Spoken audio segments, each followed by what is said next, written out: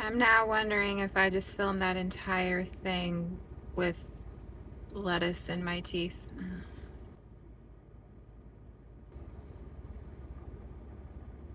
I think we're good. Hi everybody, my name's Kay. You're watching Amidst the Gray. And today, I thought we'd have us a little look-see at the decks that I brought into my library in the year 2022. Let's do it.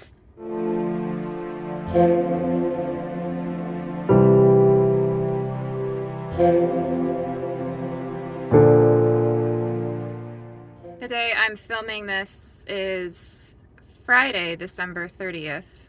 Tomorrow is New Year's Eve.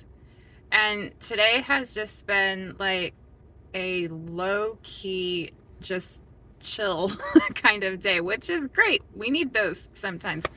I came a couple towns over to do a little shopping. I dropped my son off at his grandparents' house. He's going to stay overnight with them and with his cousins, and they're just going to hang out, and then I'm going to go hang out with them in the morning. But yeah, it's just been it's just been chill. And I had this idea this morning because I went back through my 2022 lists, my book of lists that I mentioned in my Techokagi that I keep in my traveler's notebook. And I realized that I actually made a list of decks that I bought this year in 2022.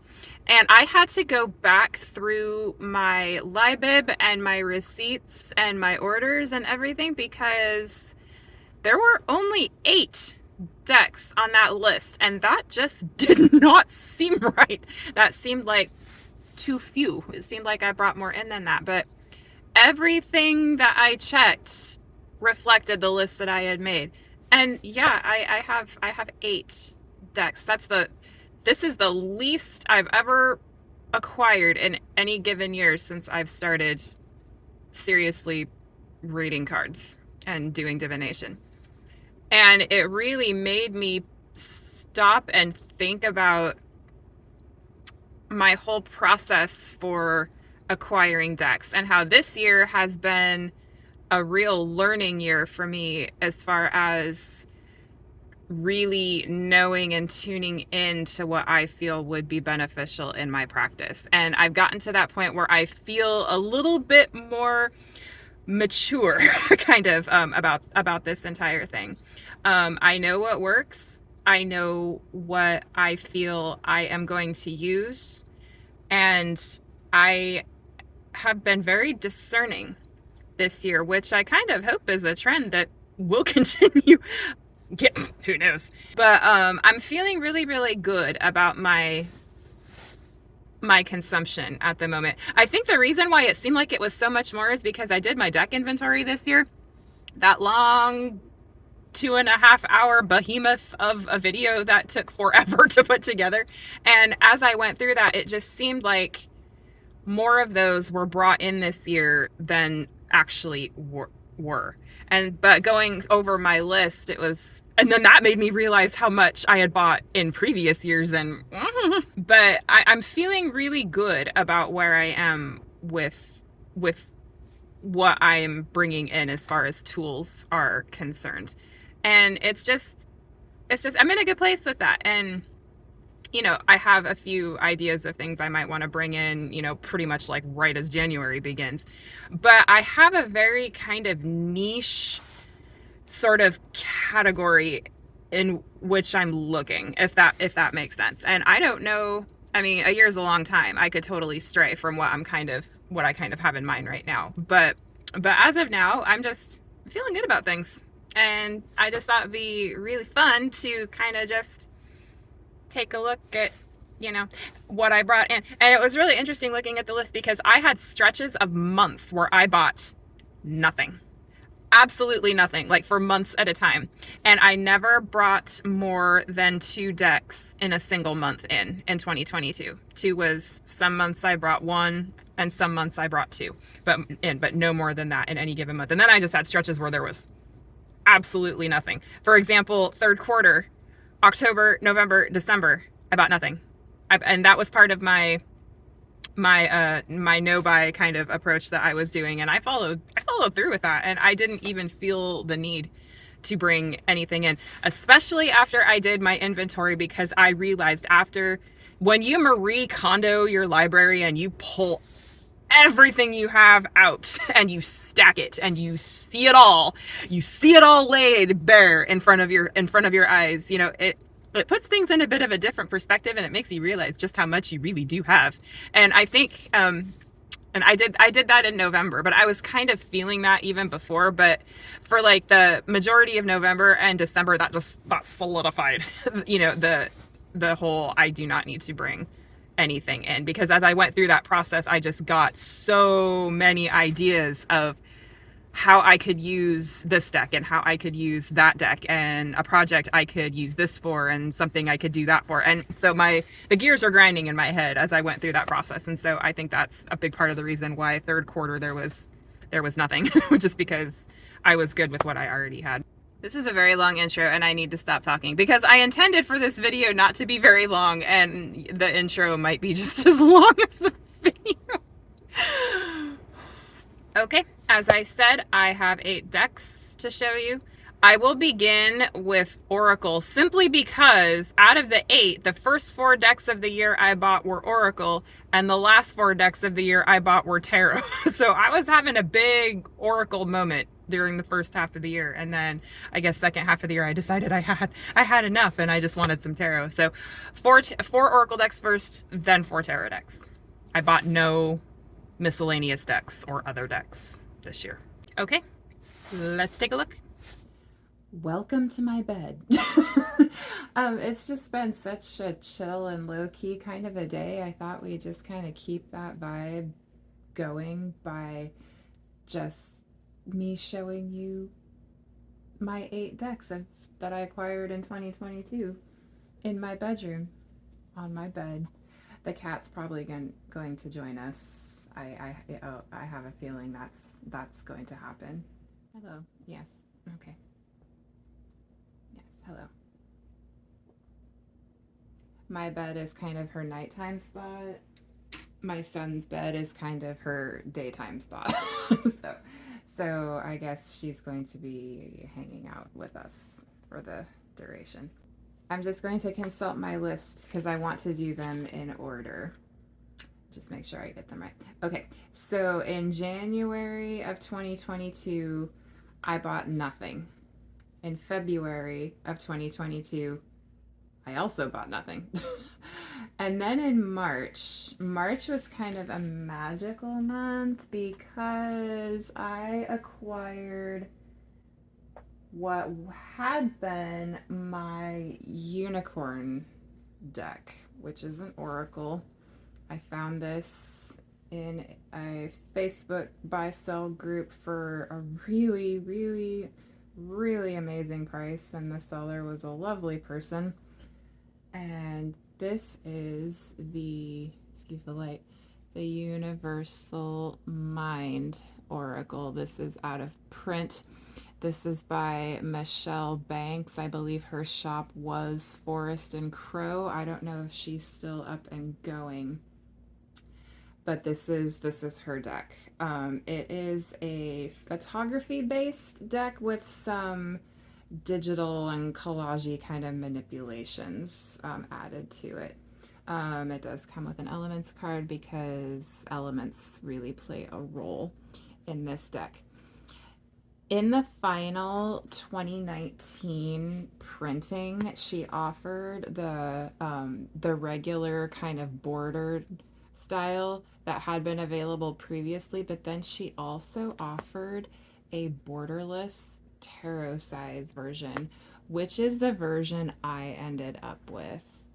And I was actually really happy to get this one. I didn't even ask the seller of this what version it was because honestly I didn't care. I just wanted the deck, and it ended up being the tarot size, and I was really, really kind of happy about that. I kind of like smaller oracles because I have like really short and squatty fingers, so the smaller oracles are a little bit easier for me to handle.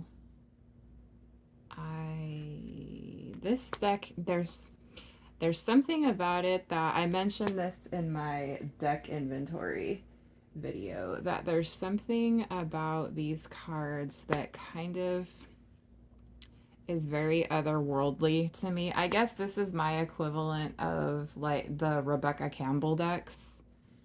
I don't, that those decks really aren't my jam, but this one for me is kind of on that same wavelength, I suppose, energetically speaking, and this is a great deck for meditation. It's a great deck for journaling.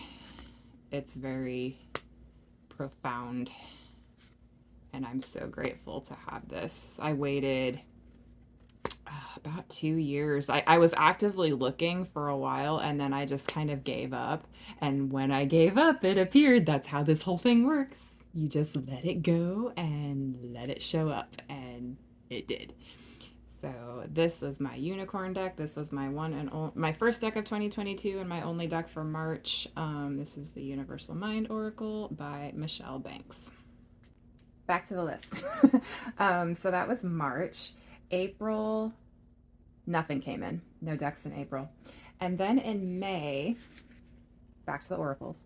In May, I brought in 2 oracles at the same time. These were both ordered at the same time.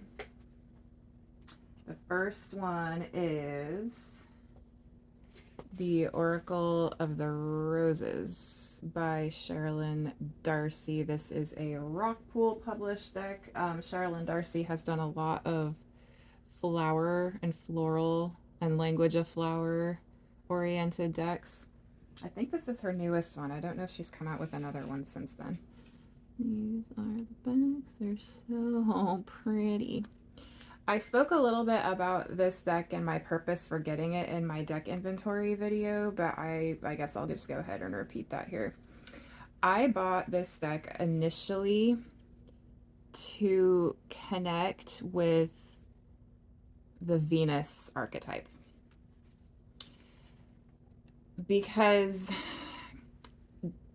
personified deity, or deity for me presented as human, is a lot more difficult for me to work with, just because it's a much bigger concept than us. And I find that I work with deity far better. I connect with deity better in symbols. And I associate roses with Venus. And so I initially acquired this deck to do that work, or facilitate that connection. After a while, though, I started to feel, I also mentioned this in my deck inventory, I started to feel really connected to my grandfather, my dad's dad, who passed away in 2021. And he was a very skilled and avid gardener, and he grew extraordinary roses. He was known for his roses. And he gardened pretty much until he couldn't. And unfortunately, we did not really have a relationship. That just kind of never happened. But I feel connected to him anyway through these cards. And this has almost kind of become a bit of an ancestral family connection deck for me. And I can also use it for archetype work, because each of the roses is an archetype.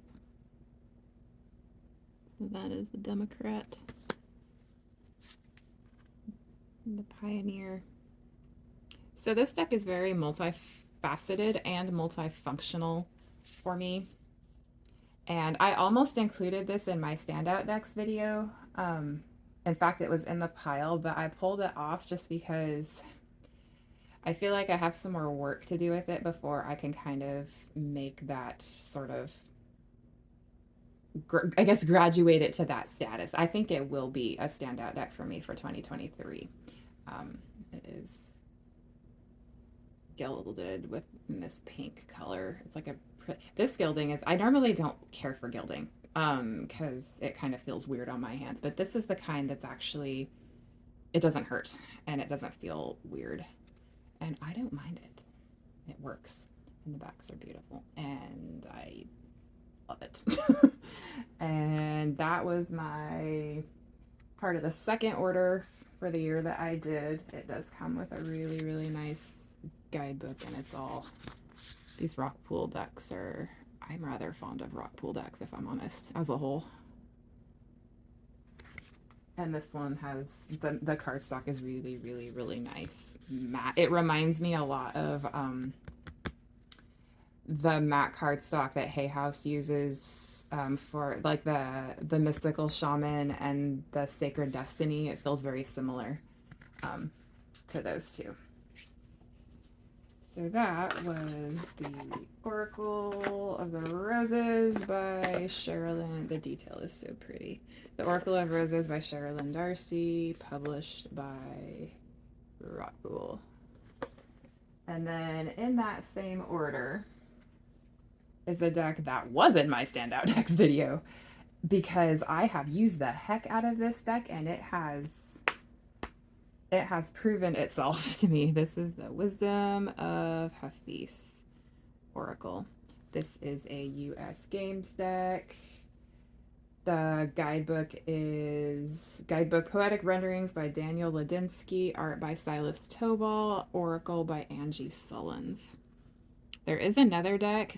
Somebody reminded me of the name in a comment, but I can't remember what it was. But it's the same, I think, author-artist combo that's done another deck, and I would like to get it. This is one of my what I call practical advice decks, because right on the card, the box is so pretty. Look at that. And it's one of those magnetic ones, and I love them. This one is also gilded. I do not like the gilding on these as much as I do on Oracle of the Roses, but I make it work. And this is glossy, so we're going to see if we can get it to show up. Okay. Each one of the cards has some practical, action-oriented advice. There are verbs involved. It gives you something to do. And I like these kinds of decks. I'm using them with the Deckins this year, which when I talk about my seasonal journal after Capricorn season is over, I will go into that a little bit more. Or if I'm doing a reading and I just want to kind of sum it up with just a piece of advice. I also really like to pull these on in the Oracle group that I am an admin of on Facebook, Rhiannon's group. Every once in a while, I'll just pull a collective card in that group and I will post it. But I have used this deck really consistently ever since I got it. It really has not been out of rotation at all. And I love it. And I like that it is inspired by Hafiz. Hafiz was a Sufi mystic, and Sufi mysticism has always kind of fascinated me a little bit. I'm going to show you the whole deck before too long. Yeah, it's kind of, yeah, we'll end on the lotus. That's perfect. Oh, and have patience. And patience is my anchor word for Capricorn season. Yeah, we'll end it there. That's my sign that it's time to move on. Okay, so this is the Wisdom of Hafiz deck. And it is US Games. And the backs. Let's just look at those, because they're so pretty. I'm really not much of a card backs, kind of person, I guess. But I do appreciate a nice one when it's a nice one, I guess. And that's a nice one. And I love the colors. They're kind of that rich and earthy, jewel toned kind of palette. And I like it. And the guidebook is also in color. This is a nice little guidebook. And I like... where's the one? Here, I said it's time to move on, and here I am in the guidebook, and I'm showing you. This was my card for first deck in Capricorn, the one that I have now. And I copied this entire guidebook entry into my seasonal journal because it resonated with me so much. And I think I'm going to use this deck for the other two deckins this season. And I think I'm going to do the same thing. The write-ups are really good. Wisdom of Hafiz. I love it. All right. So that was May. In June, nothing came in. No decks. No decks in June. In July, I brought in an oracle and a tarot. That was the only month that I brought in one of each. And I brought in the oracle first. And that was the Indie Urban Crow by MJ Cullinane. I had wanted this for a long time, the indie version, but then I got wind that Hay House was picking it up, and so I knew that indie version was going to go out of print, and I waited to kind of see what the photo mock-ups were going to look like for the mass market, because I was willing to go mass market if I liked the way that it looked, and I really didn't particularly like it. The only thing I liked with that was that there were numbers. There are no numbers on the indie version. Normally I'm all about the numbers, but the mass market, I just didn't like the way it looked. And so I scoured the internets for a copy of the indie edition, and I found one from, I believe this was the deck I got from Dreamer Apothecary, little independent shop. I love this deck. I also got the expansion pack, which was what was in this little bag, but I combined everything together, and so now I just keep a handful of cards in this bag because they don't all fit in the box. I would like to maybe get a bag or make a bag big enough for all of these to fit in. The backs on the indie version, I believe, are different than the backs on the mass market. I love this deck.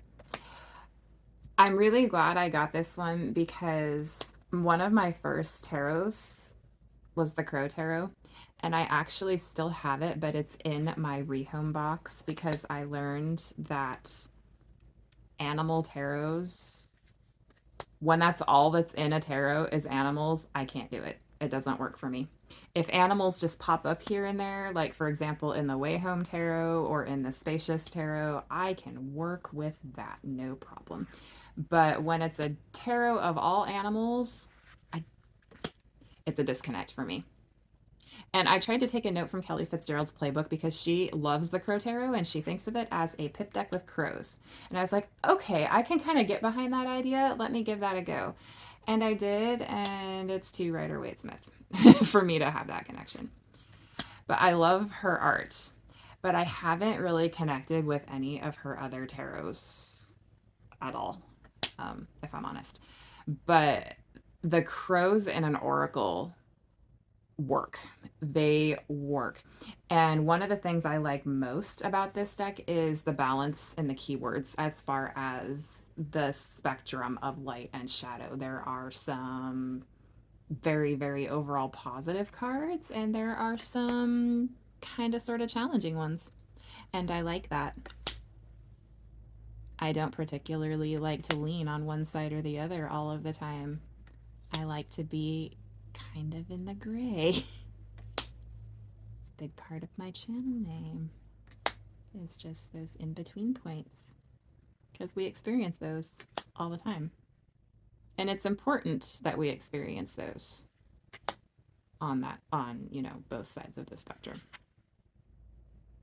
I just love the crows in the oracle. It's so good. This has become one of my favorite decks. We'll end on Sacred Space. That's perfect. This has become one of my favorite decks for stream of consciousness journaling. It just, between the keyword and the image, yeah.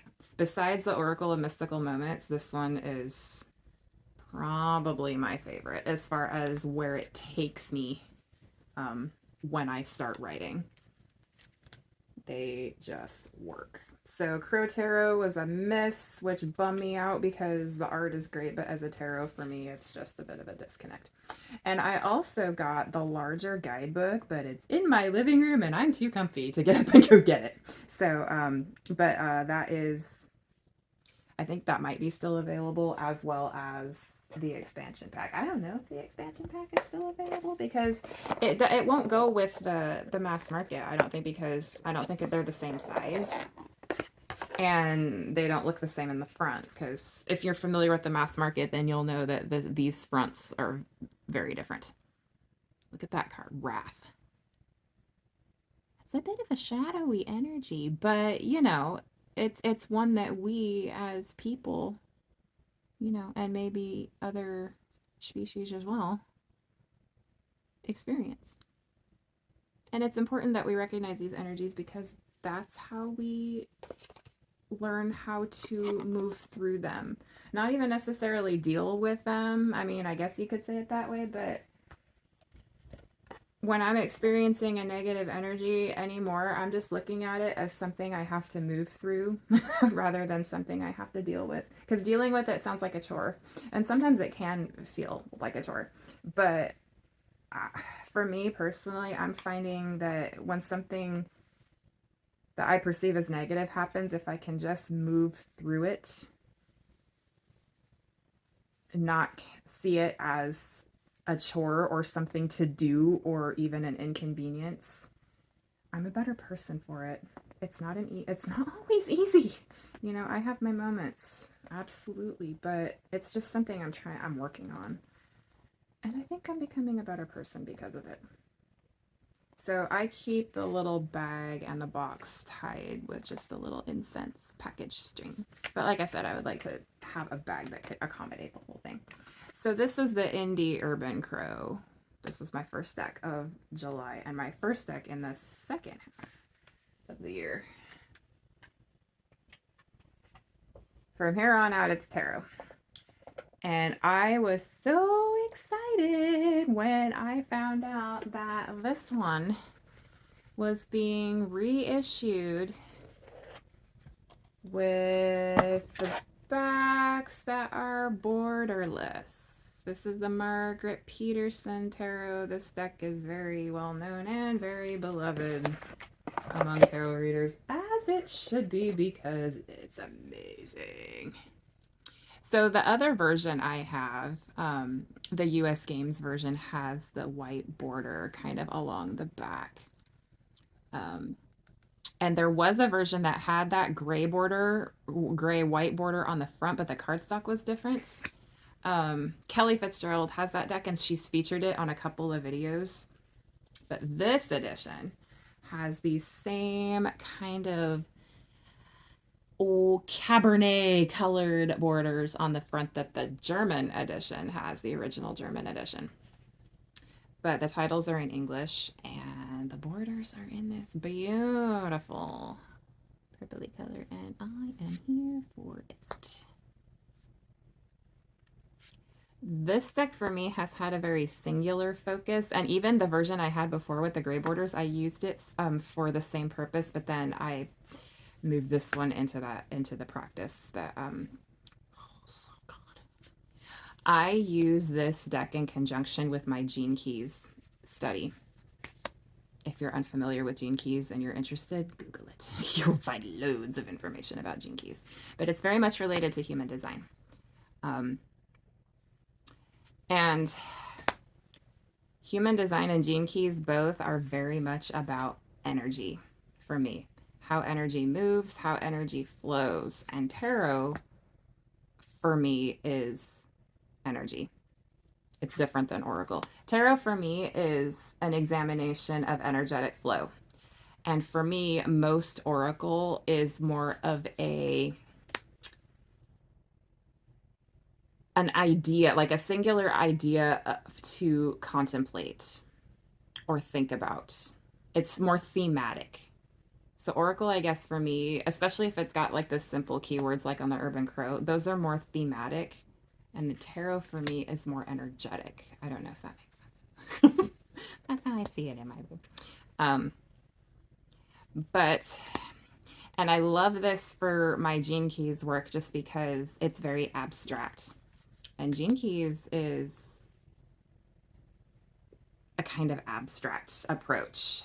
Human design is a lot more concrete and linear And you could definitely tell Richard read and Ra, they're so different. Richard was a student of Ra's, but Ra was very much a strategic linear thinker, and Richard is very much a kind of an abstract poetic thinker. But they complement each other beautifully. But the abstractness of these images really, when I use them in relation to I'm essentially moving into my Venus sequence right now. But then I'm hesitant because a part of me still feels like I have activation sequence work left to do. But I need to do a reading with this and kind of examine that. But one of the things that makes this deck shine is the guidebook. The guidebook is extraordinary. Particularly the majors, just because it's essentially oh, and thank you to my viewers who sorry, squirrel brain. Thank you to my viewers who, in my deck inventory, when I pointed out that there were multiple variants of shades of purple in the printing. I don't know if you can see that kind of in the middle there. And I asked if it was just me. Apparently, not just me, because other people have said they had that too. So thank you to those viewers who, because that was like halfway through that 2.5 hour long video. So anybody that got to that point, oh my gosh, you're just wonderful people. So thank you for pointing that out. Back to the guidebook.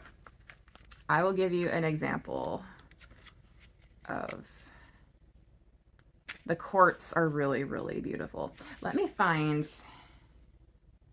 where are the cups? I think they're in the back. And in the quartz, it is daughter, son, mother, father. I think, right? Yes. I will read the Mother of Cups guidebook entry to you, just because Queen of Cups for me is kind of, it's like my significator. It's when it shows up in a reading, no matter what position is in, I almost always relate it back to myself in some way because that's my card. I will read the Queen of Cups entry to you. If you don't want to hear it, you can just skip it. You can just go on to the next one, but I'm gonna read it. It's story time. It's poetry time. Mother of Cups. I was born of the flow in every form. As the rain, I am mother of fertility. As a river, I create connections and exist everywhere. As the ocean, I am the mother giving birth to life. As a spring, I am mother of origins. As a dewdrop, I am the tears of the night. As a tear, I am the mother of grief. As sweat and urine, I am the one who washes away all toxins. I am the cleansing one, the one who flows in all bodies. As mixer of lovers, I mix the consistency of their secretions. I nourish. I am soft and flowing. As the dreaming one, I bring that which is deeply hidden to your attention. As the one who mirrors, I reveal moods and feelings. As the compassionate one, I show the beauty of dissolving illusions. I am the shining one, the seductress, the deceiving one, the one who dulls and clears. If you are trying to hold me, I will run through your fingers. If you look into the mirror of my surface, you will see what you are able to see. If you touch me, your feelings will awaken. If you fall into me, I will grant you deep insights. My husband, the flowing one, told me that the moon on my surface is only a mirror image. That is just one example of a guidebook entry for this deck. It's extraordinary. It's just it's poetry in deck form, you know, written and visual. It's just, yeah. I can go on and on and on and on and on about how much I love this deck. But I've already gone on enough, and I read you an entire guidebook entry. Just some little practical thingies. So that's what the box looks like. This is AGM. On Amazon and elsewhere, it's listed as, I believe, the GB edition. I think it's an anniversary edition, but I'm not entirely sure. And that's what the back of the box looks like. It's extraordinary. I love it. And if you have the one with the gray borders and you're not connecting with it, I don't want to be an enabler, but I'm just saying this from my experience. This one, it's totally different, and yeah, it's fab. So that was my first tarot. Really? Yes, of the year was the Margaret Petersen, and that came in July with and the Urban Crow. So those are my July decks. So clearly, in the first few months of the second half of the year, I had a thing with bringing decks in because I brought a few more in during that time. August, I brought in two. The first one was the Sasuraibito. Actually, I think the both of these came in on the same day, if I remember correctly. And I actually thought that this was the latest one. This was my newest tarot, but it's not.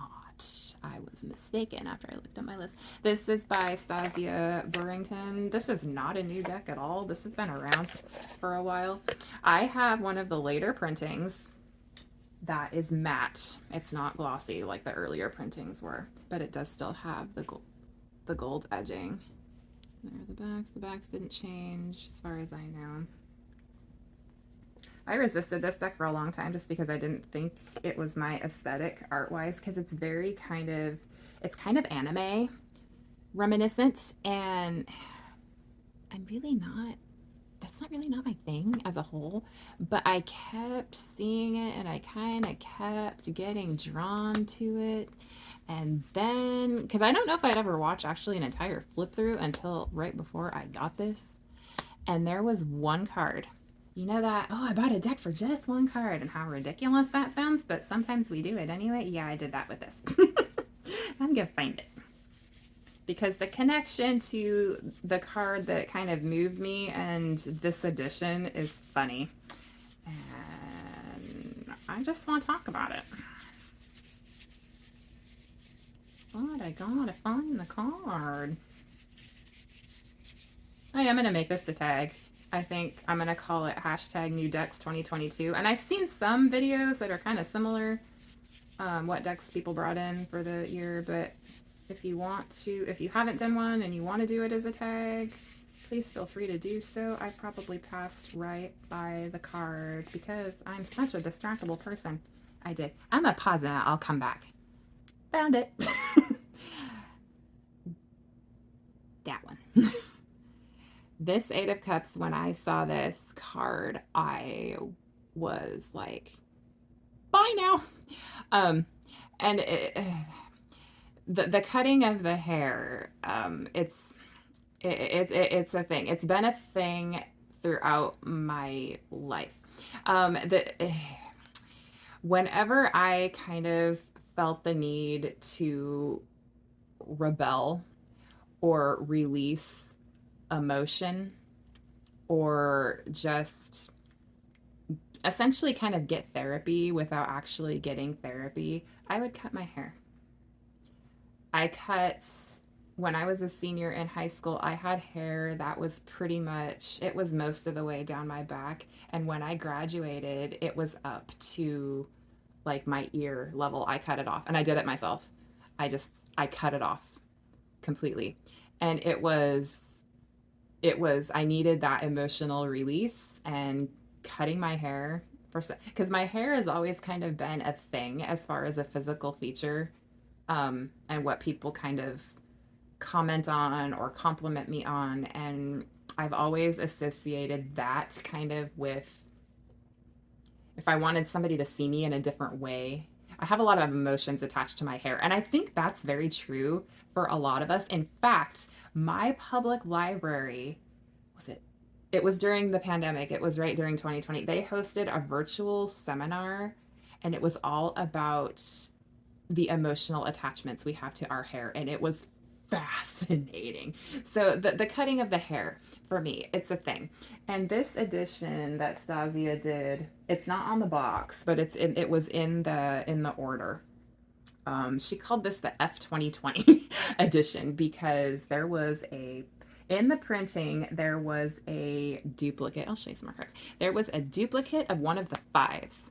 It was either the Five of Cups or the Five of Wands. There was a duplicate, and then the other five was left out. And so what she ended up doing was replacing the card that was missing, and then essentially you had a duplicate of the other. And so it was just a weird publishing quirk, but it happened in 2020, and we all know what happened in 2020. So, so she just called this the F 2020 edition. And at the end of 2020, I cut my hair again. Not as short as I did when I was younger, but I had a good about 12 inches, about a foot taken off. And it was just it was cathartic. It was an emotional release. It was the same feeling I had when I wanted to cut my hair when I was a teenager. I needed 2020. I felt like the energy of 2020 was trapped in my hair and I wanted it gone. And what's interesting is the lady who cuts my hair said that she had seen more people with long hair cut it short during that year than she had in like several years. She said it was a thing. So it's not just me. A couple of readings I've done with this deck, it reads very, very, very matter of fact. It's kind of confronting, but in a good way. And I'm warming up to the art style. Like I said, it just wasn't my thing, but that Eight of Cups card moved me to the point where I bought the entire deck. Like you do. That death card is, yeah. Death card is my, I'm a Scorpio sun, so that's like, that's the major arcana, one of them. I associate Judgment and the Tower kind of with Scorpio as well. But death card is like my main card that represents my sun sign. But yeah. A lot of you have already probably seen this and you know what it looks like. But I needed to tell my Eight of Cups 2020 hair cutting story because it was very significant for me. And it moved me enough to buy this deck. So I bought it. Oh yeah, I think the duplicate was the Five of Cups because this is at the bottom of my... This is underneath the little... Oh yeah, here we go. Why the extra card?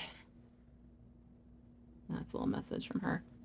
This printing of the deck has a misprint where there are 2 Five of Cups and no Five of Wands. So please take the time to remove one of the duplicate cards and replace it with this Five of Wands. Thank you so much for your support. You are now the proud owner of a collectible misprint deck. Happy seeking, Stasia. So that's what happened there.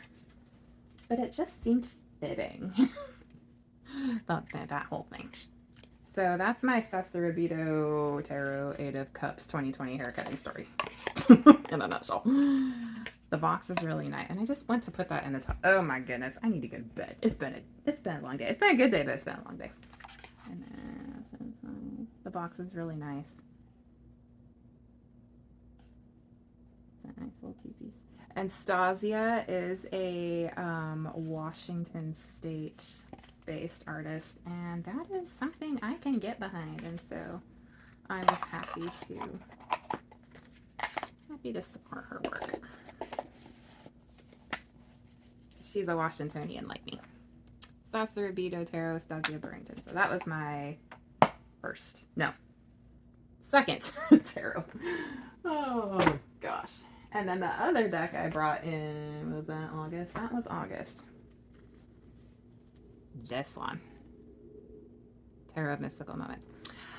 Then I'm still warming up to this one, if I'm honest. I love the Oracle, and I've heard a lot of people say the opposite. They get on really well with the Tarot, but the Oracle not so much. And I'm finding I'm having the opposite experience. The artwork in that's Catherine Wells Stein, by the way, and this is a U.S. Games Tarot. I think part of it is the size. And like I said in my deck inventory video, I can make any deck work for me for any reason. I really can. But the Oracle it's on matte cardstock, first of all. And it's like tarot size. It's much smaller. This is like Oracle size. Like here's like my hand. It's much larger. And it's shiny. And it's gold. This is all these things. I was like, okay, well, I guess you felt like you had to do it, but why? I don't understand. But yeah, there we go. I'm still making friends with this one. I really like the court cards a lot.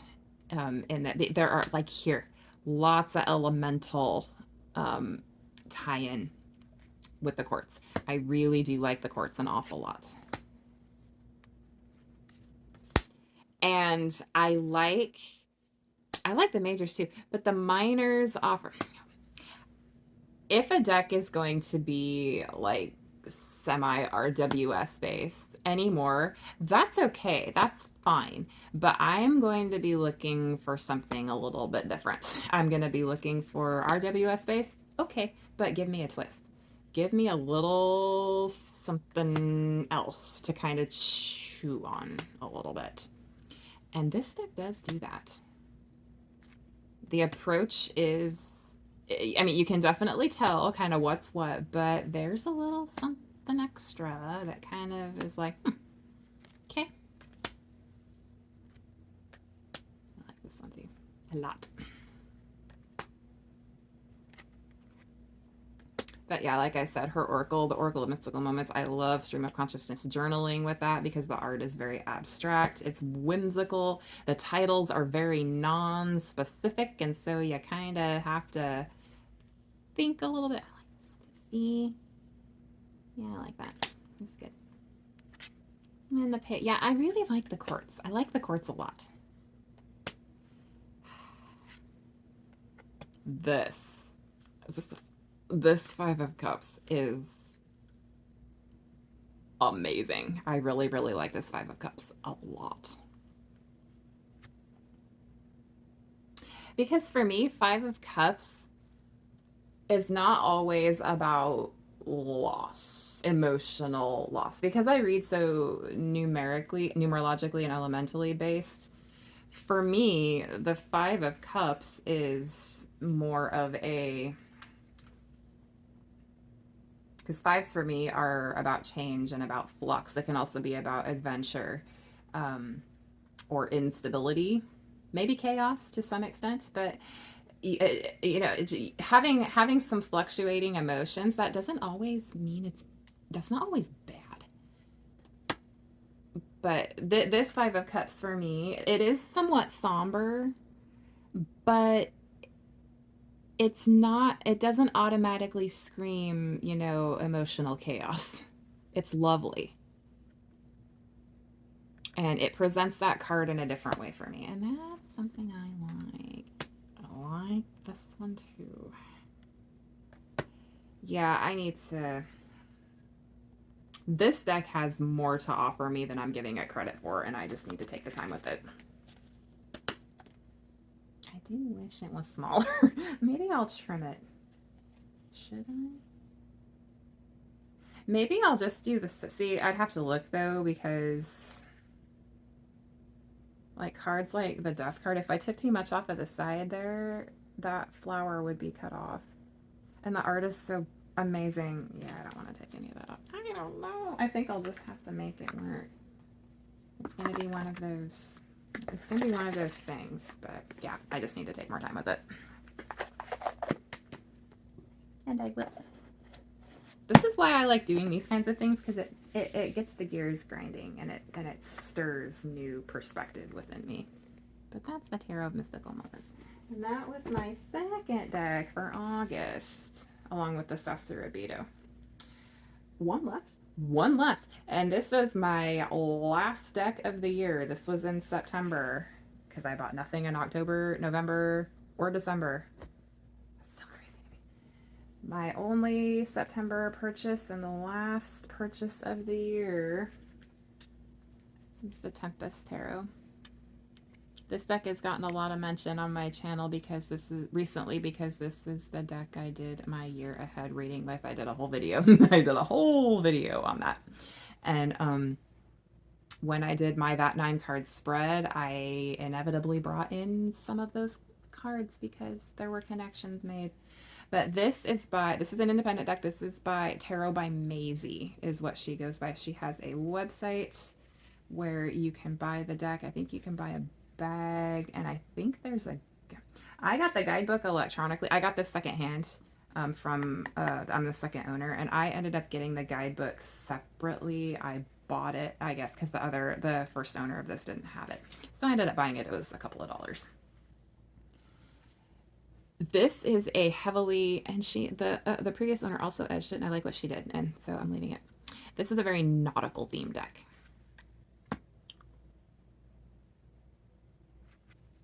This is the equivalent of a mermaid deck for me, because mermaids aren't exactly my jam. I can handle a mermaid here or there, but like a whole deck of mermaids, nope.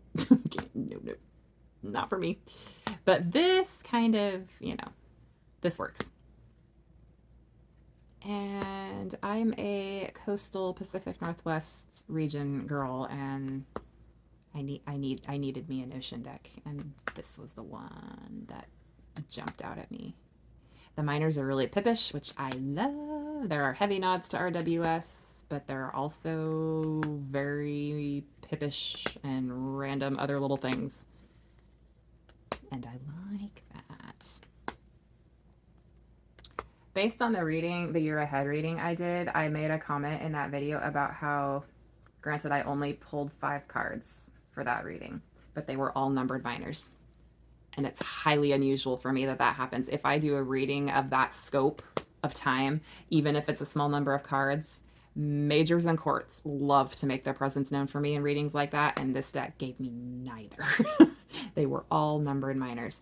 And I'm feeling it's very, even though it is it's whimsical, there's a very, for me personally, there's an everydayness about this deck that is very prominent.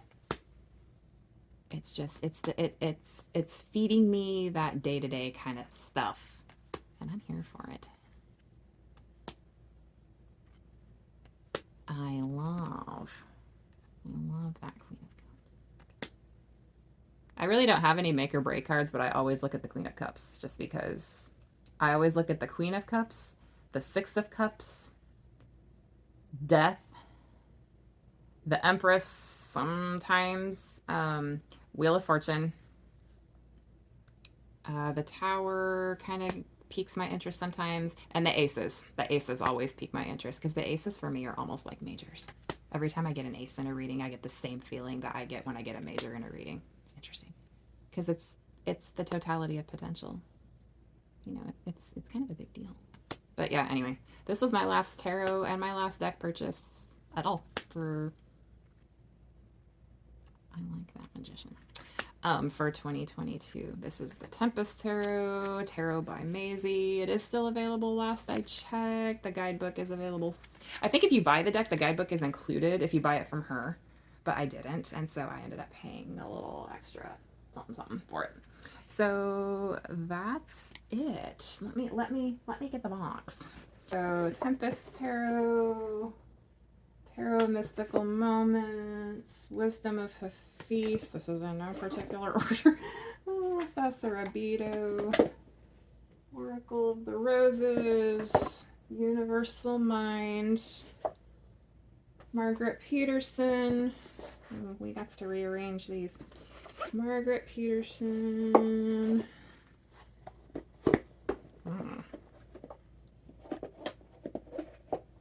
How did I manage to do this the first time and make them all fit? I don't know. Oh. Okay. Margaret Petersen. Oh, wait, I think I got Urban Crow. And, because I did that. Haha. And Wisdom of Hafiz. These were my decks of 2022 that I added to my library. Like I said, I will make this a tag. If you have not done a video about your 2022 add-ins yet and you would like to and you want to use the tag, feel free to do so. It's going to be new decks, hashtag new decks 2022. That's it for this one, I think. This is probably going to be my last video of 2022. I thought maybe I would be able to do one more, but I don't think I'm going to have time. But it's okay if it's done in January, just because it just is. It's not a big deal. It's not a big deal at all. Okay, so that's it for this one. Until my next video, take care and be well.